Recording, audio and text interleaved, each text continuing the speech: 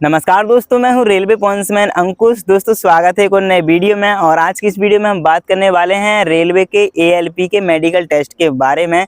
दोस्तों रेलवे में assistant loco pilot बनने के लिए सिर्फ एग्जाम ही पास नहीं करना होता है, उससे भी मुश्किल होता है इसका मेडिकल पास करना, जो कि रेलवे का A1 मेडिकल स्टैंडर्ड होता है, जो रेलवे का सबसे टफेस्ट मेडिकल स्टैंडर्ड माना जाता है। बहुत सारे ऐसे कैंडिडेट होते हैं जो इसकी तीनों स्टेजेस के एग्जाम को अच्छे से क्लियर कर लेते हैं और फाइनल लिस्ट में नाम भी ले आते हैं, लेकिन इसमें 15 से 20% कैंडिडेट मेडिकल टेस्ट में फेल हो जाते हैं। किस वजह से फेल होते हैं, इसमें कौन कौन से टेस्ट होते हैं, कौन सा टेस्ट इसमें सबसे टफेस्ट माना जाता है, कौन सा टेस्ट इंपॉर्टेंट होता है जिसे पास करना बहुत जरूरी होता है। साथ ही कुछ ऐसी टिप्स भी बताऊंगा जिससे कि ये मेडिकल पास करना आपको और आसान हो जाएगा। तो अगर आप भी रेलवे के किसी भी एग्जाम की तैयारी कर रहे हैं या फिर लोको पायलट की तैयारी कर रहे हैं तो ये वीडियो आपके लिए बहुत इंपॉर्टेंट होने वाली है। तो शुरू से लेकर एंड तक ये वीडियो जरूर देखिएगा। चलिए बिना किसी टाइम वेस्ट के शुरू करते हैं। तो दोस्तों सबसे पहले मैं ये चीज़ क्लियर कर दूं कि मैं रेलवे का मेडिकल दे चुका हूं और जो मैं ये जांचें आपको रेलवे के मेडिकल में बता रहा हूं, ये सारी जांचें मेरी खुद की हुई थी।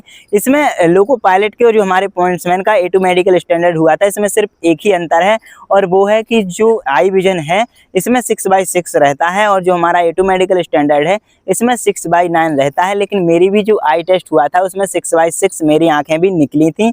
तो चलिए A to Z हम सारी जानकारी इसमें बताने वाले हैं, लेकिन सबसे पहले आपको कुछ चीज़ें क्लियर कर देता हूं कि जो इसमें आई टेस्ट होता है इसमें ना तो आप किसी भी चश्मे का यूज कर सकते हैं, ना ही किसी कॉन्टैक्ट लेंस का यूज कर सकते हैं, ना ही किसी भी प्रकार की लेसिक सर्जरी का इस्तेमाल कर सकते हैं। और ये जो मेडिकल टेस्ट होते हैं ये रेलवे की खुद की अस्पताल में जो इनके डिवीज़न में हर एक हॉस्पिटल मौजूद होता है वहीं पर होती है।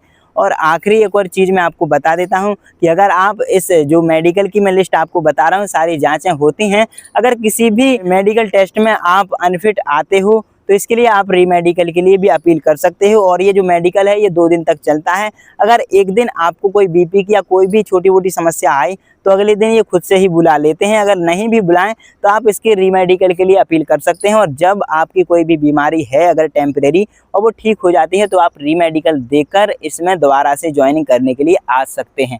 तो चलिए अब शुरू करते हैं बिना किसी टाइम वेस्ट के। तो दोस्तों रेलवे के मेडिकल में सबसे पहले और जो सबसे ज़्यादा जरूरी होता है वो होता है आई टेस्ट। और सबसे पहले लोको पायलट में यही टेस्ट किया जाता है।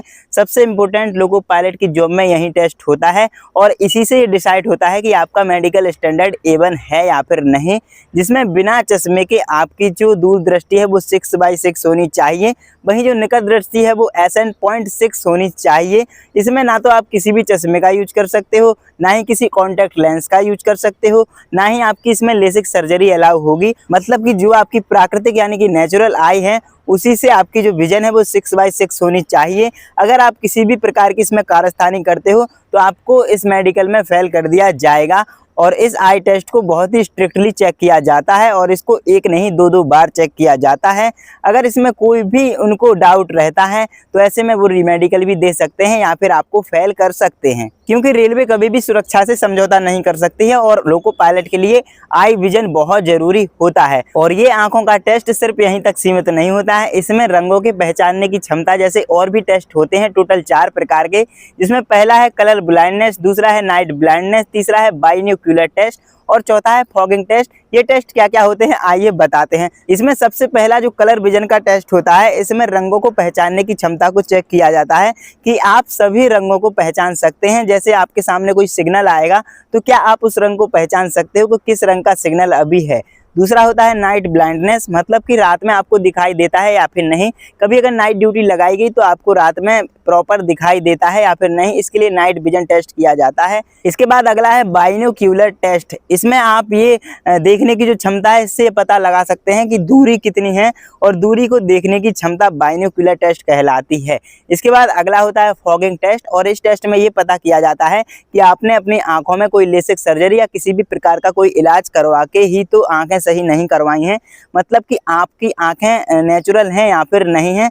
और ये टोटल इतने प्रकार के आंखों के टेस्ट किए जाते हैं और ये सारे टेस्ट पास करने के बाद ही ये डिसाइड होता है कि आपका मेडिकल स्टैंडर्ड A1 है। और ये चीज़ यहीं पे ख़त्म नहीं होती है, अब आती है मेडिकल टेस्ट की सेकंड स्टेज, जिसमें टोटल 5 प्रकार के टेस्ट किए जाते हैं। सबसे पहला होता है ब्लड टेस्ट, दूसरा होता है यूरिन टेस्ट, तीसरा होता है ECG, चौथा होता है BP और पल्स का टेस्ट और आखिरी 5वां होता है चेस्ट का एक्सरे। चलिए बताते हैं कि ये अलग अलग टेस्ट क्यों लिए जाते हैं और इसमें किस चीज़ की जांच कराई जाती है। तो दोस्तों इसमें जो सबसे पहला टेस्ट होता है जो कि ब्लड टेस्ट यानी कि रक्त की जांच होती है। इसमें आपका ब्लड सैंपल ले लिया जाता है, जिससे आपके ब्लड से चेक किया जाता है कि आपको शुगर तो नहीं है, HIV तो नहीं है, हेपेटाइटिस तो नहीं है, एनीमिया तो नहीं है। इन सारी बीमारियों की जाँच आपके ब्लड के सैंपल से की जाती है। और इसी ब्लड टेस्ट में ये भी पता कर लेते हैं कि आपको कहीं ब्लड कैंसर तो नहीं है, जो कि सबसे घातक बीमारी होती है। और जब भी आपका ये टेस्ट होता है तो आप खाली पेट होने चाहिए, जिससे कि अच्छे से ये जांच हो सके। इसके बाद अगला आता है यूरिन टेस्ट यानी कि मूत्र परीक्षण। इसमें आपके यूरिन का सैंपल ले लिया जाता है और फिर उसमें चेक किया जाता है फिर से एक बार कि शुगर तो नहीं है, प्रोटीन को टेस्ट किया जाता है और साथ ही संक्रमण की जांच भी आपकी यूरिन टेस्ट से हो जाती है। और भी जितनी बीमारियों की जांच यूरिन टेस्ट से की जाती है वो सारी जांच यूरिन टेस्ट में हो जाती हैं। इसके बाद अगला टेस्ट आता है बीपी और पल्स का टेस्ट। इसमें ये चेक किया जाता है कि जो आपका रक्तचाप है वो सामान्य है या फिर नहीं है।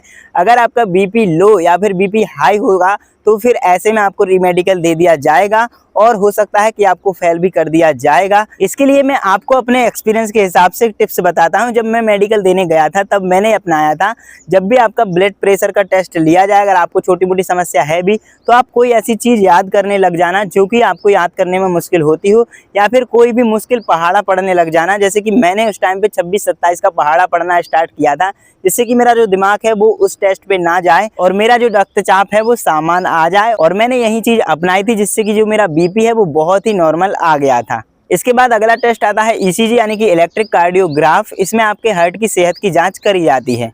और मेडिकल की सेकेंड स्टेज का लास्ट चेक होता है चेस्ट का एक्सरे। और इसमें ये चेक किया जाता है कि जो आपकी चेस्ट की हड्डियां हैं और जो फेफड़े हैं उसकी स्थिति और बनावट बिल्कुल सही है या फिर नहीं है। और इसी चेस्ट के एक्सरे से ये भी पता कर लेते हैं कि आपको TB तो नहीं है। तो ये जांच चेस्ट की एक्सरे में की जाती है और यहाँ से आप सेकंड स्टेज पार कर जाते हैं। तो दोस्तों यहाँ से जो हमारे मेडिकल टेस्ट की सेकंड स्टेज है वो पार हो चुकी है और कहानी यहीं पे खत्म नहीं होती है। अभी मेडिकल टेस्ट की तीसरी स्टेज आनी बाकी है, जो कि इसमें फिजिकल फिटनेस आपकी चेक करी जानी है। इसमें भी कुछ ऐसी बीमारियां हैं जो कि ज्यादातर कैंडिडेट को देखने को मिलती हैं।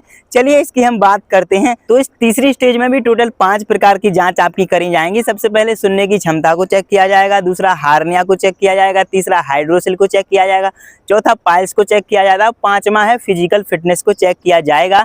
इस अलग अलग टेस्ट का मतलब क्या है चलिए आपको बताते हैं। सबसे पहला है सुनने की क्षमता, यानी कि आपके जो कान हैं वो प्रॉपरली सुन पाते हैं या फिर नहीं। मान लीजिए आप ट्रेन चला रहे हैं, कोई भी जैसे स्टेशन मास्टर हो गया या फिर मैं खुद पॉइंट्समैन हो गया, वॉकी टॉकी से अगर कोई बात बोल रहे हैं या फिर गार्ड साहब कोई बात बोल रहे हैं या फिर बगल में जो लोको पायलट बैठे हैं वो कोई बात बोल रहे हैं, तो आप प्रॉपरली सुन पा रहे हैं या फिर नहीं सुन पा रहे हैं। इसके लिए आपकी जो कानों की जांच है, सुनने की क्षमता को चेक किया जाता है। इसके बाद जो अगला टेस्ट होता है वो होता है हॉर्निया का टेस्ट। इस टेस्ट में जल्दी आदमी थक जाता है, स्वेलिंग होती है या फिर झुकने में या वेट उठाने में प्रॉब्लम होती है, और जिसको भी हॉर्निया निकलता है उसके लिए टेम्परेरी अनफिट कर दिया जाता है जब तक कि उसका जो हॉर्निया है वो ठीक नहीं हो जाता है। इसके बाद अगली जो जांच होती है वो होती है हाइड्रोसिल की और पाइल्स की। तो ये जो टेस्ट होती है ये टेस्ट भी बहुत ज़्यादा इंपॉर्टेंट होते हैं, क्योंकि अगर किसी को ये दो बीमारी हाइड्रोसिल और पाइल्स है तो वो लगातार नहीं बैठ सकते हैं, जिसकी वजह से लोको पायलट को आपको पता होगा कि ट्रेन के इंजन में लगातार बैठना पड़ सकता है 8 से 9 घंटे तक। तो ये जो बैठना है हाइड्रोसिल और पाइल्स वाला जो भी कैंडिडेट होगा वो लगातार नहीं बैठ पाएगा। तो ऐसे में भी आपको अनफिट कर दिया जाएगा टेम्पररी, जब तक कि आपकी हाइड्रोसिल और पाइल्स ठीक नहीं हो जाती है। तो जब भी आप मेडिकल टेस्ट कराने जाएं तो अपनी जो हाइड्रोसिल और पाइल्स है या तो आप उसका ऑपरेशन करा लें या फिर कोई भी इलाज करा के उसको ठीक करा कर ही मेडिकल टेस्ट देने जाएं, क्योंकि ये चीज़ अगर पकड़ में आ गई तो फिर आपको मेडिकल से बाहर कर दिया जा सकता है। इसके बाद जो आखिरी टेस्ट है वो है फिजिकल फिटनेस की, क्योंकि कोई भी ALP है तो उसको इंजन चेक करने के लिए फील्ड में भी जाना पड़ता है।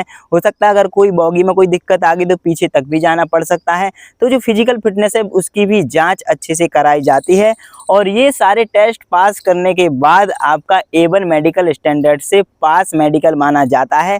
तब जाके आपको एक असिस्टेंट लोको पायलट की जॉब पर ट्रेनिंग के लिए भेजा जाता है। तो ये सारी प्रोसेस थी इस मेडिकल टेस्ट की। तो दोस्तों जिसको भी अगर कोई इसमें से ऐसी समस्या है तो उस समस्या का समाधान करने के लिए आप किसी भी डॉक्टर से कंसल्ट कर सकते हैं, और अपनी उस समस्या का समाधान मेडिकल टेस्ट होने से पहले ज़रूर से करवा लें।